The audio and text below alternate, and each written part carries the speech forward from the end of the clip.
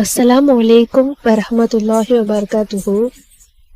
3 கொடிய நோய்களிலிருந்து பாதுகாப்பு பெற நபி ஸல்லல்லாஹு அலைஹி வஸல்லம் அவர்கள் கற்றுத்தந்த துவா என்னன்னு இன்ஷா அல்லாஹ் இப்போ இந்த வீடியோல பார்க்கலாம்.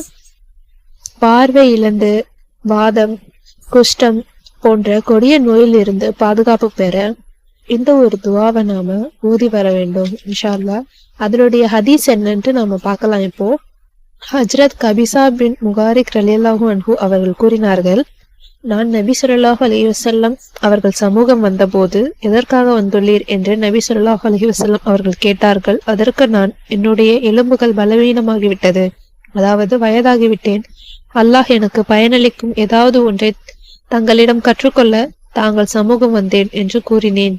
அதற்கு நபி ஸல்லல்லாஹு அலைஹி வஸல்லம் அவர்கள், நீங்கள் வரும் வழியில் எந்த மரம், கல், மலைகளை கடந்து வந்தீரோ அவைகள் உங்களுக்கு பாவ மன்னிப்பிற்காக துவா செய்தன என்று கூறினார்கள். அதன் பின் கபிசாவே ஃபஜ்ர் தொழுகைக்கு பின் 3 முறை சுப்ஹானல்லாஹி அலீமி வபிஹம்திஹி, சுப்ஹானல்லாஹி அலீமி வபிஹம்திஹி, மகத்துவமிக்க அல்லாஹ் பரிசுத்தமானவன், அவனது புகழை கொண்டு புகழுகிறேன் என்று ஓதிக்கொள்ளவும்.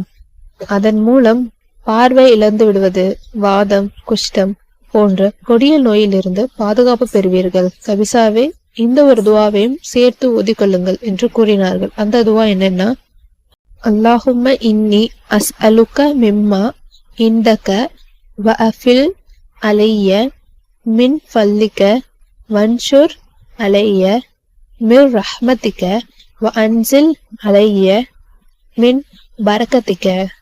யா அல்லாஹ், உன்னிடம் உள்ளத்திலிருந்து உன்னிடம் கேட்கிறேன், உனது கருணையை என் மீது பொழியச் செய், என் மீது உனது அருட்கொடையை பரப்பிவிடு, என் மீது உனது பரக்கத்துகளை இறக்கிவை.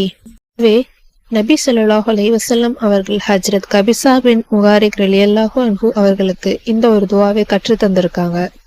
இன்ஷா அல்லாஹ் இந்த ஒரு துவாவை நாமும் மோதி பயன்பெறலாம். கொடிய நோயிலிருந்து பாதுகாப்பு பெற அல்லாஹ்விடம் உதவி தேடி இந்த ஒரு துவாவை நாம தொடர்ந்து ஓதிக்கொள்ளலாம். ஆரம்பத்துல ஃபர்ஸ்ட் சுப்ஹானல்லாஹி அலீமி வபிஹம்திஹி அந்த துவா ஓதிட்டு, அதுக்கப்புறம் இப்ப சொன்ன துவாவை இன்ஷா அல்லாஹ் நம்ம தொடர்ந்து ஓதுனா நமக்கு இருக்கிற அல்லது நமக்கு எந்த ஒரு நோயும் வராம பாதுகாப்பு பெற அல்லாஹ்விடம் நம்ம துவா செஞ்சு, அல்லாஹ் நம்மளுடைய நோய் இருந்தாலும் இல்ல நமக்கு இனிமே எந்த ஒரு நோயும் வராம பாதுகாப்பு பெற அல்லாஹ் நம்மளுடைய தேவைகளை நிறைவேற்றி நமக்கு நோய்வாய் இல்லாம நல்ல ஒரு சிறப்பான ஒரு வாழ்க்கையை அல்லாஹ் ஏற்படுத்தி தருவோம் இன்ஷா அல்லாஹ்.